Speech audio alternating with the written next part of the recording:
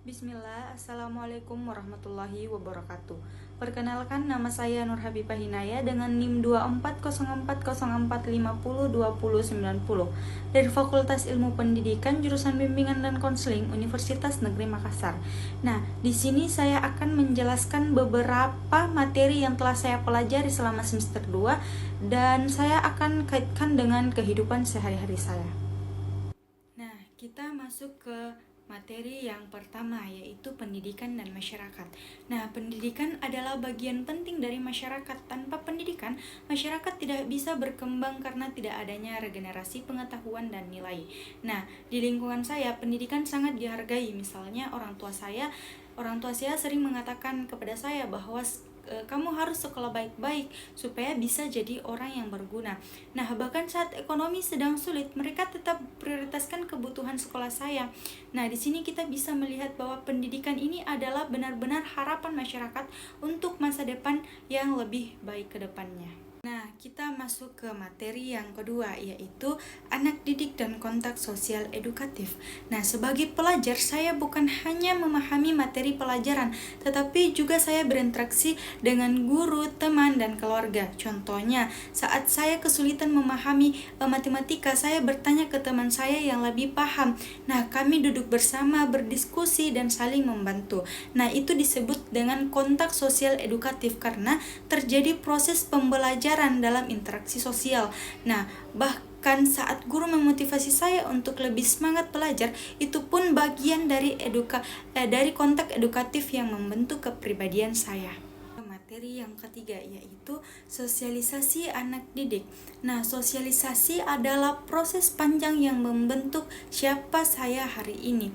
Nah, saya belajar sopan santun dari orang tua saya belajar disiplin dari guru saya, dan saya belajar toleransi dari teman-teman yang berbeda suku dan agama. Nah, misalnya saat ikut kegiatan pramuka, saya dilatih kerjasama, tolong-menolong, dan kepemimpinan. Semua itu adalah bagian dari sosialisasi. Nah, saya tidak hanya diajarkan menjadi anak pintar, tetapi juga menjadi pribadi yang bisa hidup di tengah masyarakat yang lebih baik. Nah, kita masuk ke materi yang keempat, yaitu interaksi edukatif di sekolah. Nah, interaksi edukatif itu terjadi saat ada hubungan dua arah antara guru dan siswa dalam suasana belajar. Nah, saya ingat ketika guru saya tidak hanya menjelaskan pelajaran, tetapi juga memberikan ruang kami untuk bertanya, menyampaikan pendapat, bahkan berdiskusi. Nah, saya merasa dihargai dan pelajaran jadi lebih mudah dipahami. Nah, ini membuktikan bahwa suasana belajar yang demokratif dan komunikatif membuat pendidikan lebih bermakna. Nah, kita masuk ke materi yang kelima, yaitu sekolah sebagai organisasi. Nah, sekolah tidak hanya tempat belajar, tetapi juga organisasi yang punya struktur dan tujuan. Nah, saya pernah mengikuti organisasi, dan di sana saya belajar banyak hal. Yang pertama itu mengatur waktu, yang kedua menyusun program kerja, dan yang ketiga itu menyelesaikan konflik kecil antara teman. Nah, di situ saya paham setiap orang dalam organisasi punya peran. Nah, sekolah melatih saya untuk memahami struktur sosial dan bekerja sama demi tujuan dan kenyamanan bersama. Kita masuk ke materi yang keenam, yaitu pendidikan dan perantara sosial. Nah, perantara sosial adalah orang atau media yang menyampaikan nilai-nilai pendidikan. Nah, dalam kehidupan saya, orang tua, guru, dan bahkan ustadz di masjid pun semuanya punya peran penting.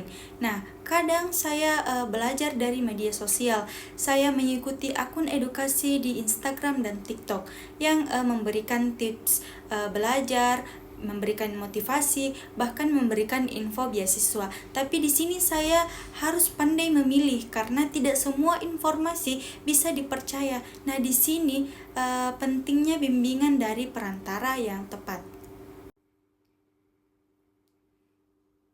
Nah, Nah, kita masuk ke materi yang ketujuh, yaitu pendidikan stratifikasi sosial.